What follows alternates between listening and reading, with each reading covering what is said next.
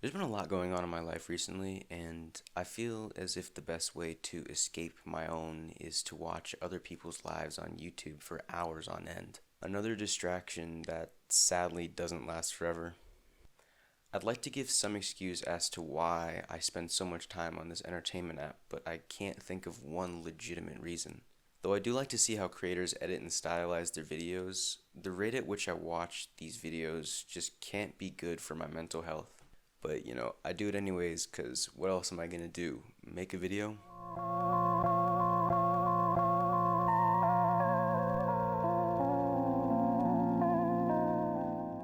Most of my time nowadays seems to be spent figuring out how I can integrate other creators' video styles into my own instead of actually creating videos myself. It doesn't work like that, but for some reason, it's not clicking with my brain. Truthfully so, this problem definitely roots from a lack of motivation, which I obviously can't mention enough in my videos. So that had me thinking recently about how the intake of content can affect one's creative process when creating their own. There are a ton of psychological theories on how we age and how our personalities and brains develop, but it's hard to pinpoint one that would be a representation for the majority of today's society, because of course we're gonna have the people that are just mentally built different. For me, I'm definitely more of a Freud guy myself. Freud? I don't know how to say it. I feel like I say it wrong every time though. But for real, I think that the theory that would resonate most with teens nowadays is Erik Erikson's developmental theory. While again, it is just a theory, and not all parts I agree with, it does seem to be the most relevant in my life. In this theory, Erikson, like other psychologists, created stages for different age periods in our life. Since I'm not older and I'm not an infant, I'm only going to be focusing on one stage. Erikson states from age 12 to 18, the human mind is in a stage called identity versus confusion. To make it short, he basically says that this period in our life is the most important for developing our personality for our adult selves. While the other stages are definitely important, he gave great importance to this stage in particular.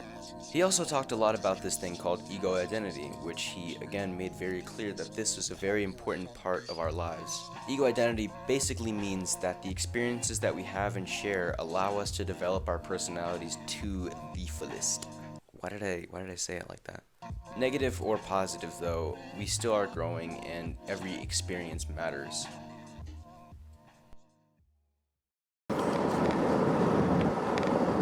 See Tyson's Corner. We went around in a great big circle. A great example of experiences shaping our personalities would be Baylen Levine. I'm pretty sure I'm saying his name right. It's not a hard name, I'm kinda just sped. I don't watch much of his videos, but he did explain one time in his life where he said that it changed his perspective on life forever. Back in his junior year, Baylen was invited onto stage by Lil Yachty during his concert. At the time, this kid wasn't known at all. He was just a normal high school student. But because of that one moment and one experience that he had with someone that he looked up to, he was able to determine what he wanted for his future.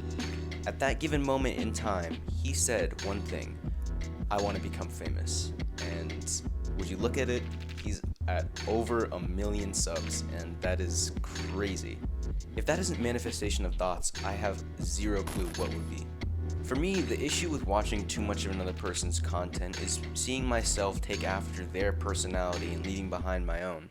4 months ago, when I first started making this philosophical content, I had just got done binge watching all of Sneako's videos and enjoying every last second of it. Some of you might have even noticed the editing style and the stuff that I talked about in my videos were pretty similar to his. I loved his content and I loved watching his progression from a young teen to an adult. Although this might come off as narcissistic, I did see a lot of myself in him, and I latched onto that thought thinking, I'm just like him. I think the main reason why I found his content so compelling was because of the amount of relatability I had to someone who in my eyes had achieved fame. And at that point I wanted his personality to represent me, someone who has yet to build a name for themselves.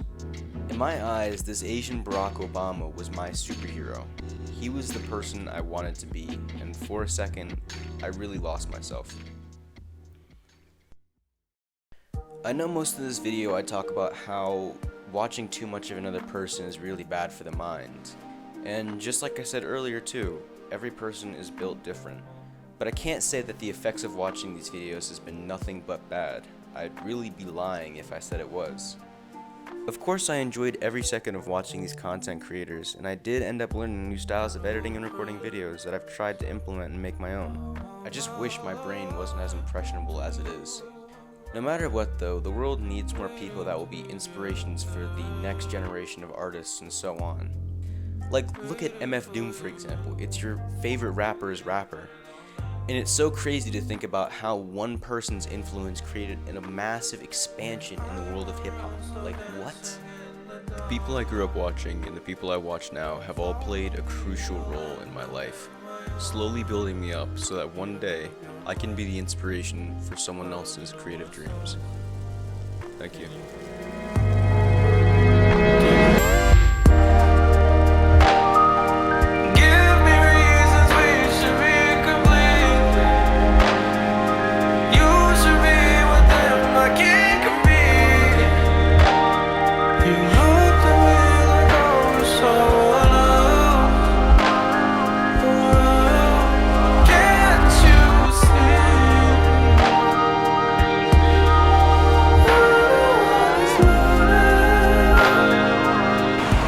Bro, what is this kid doing? Bro, I'm in so fucking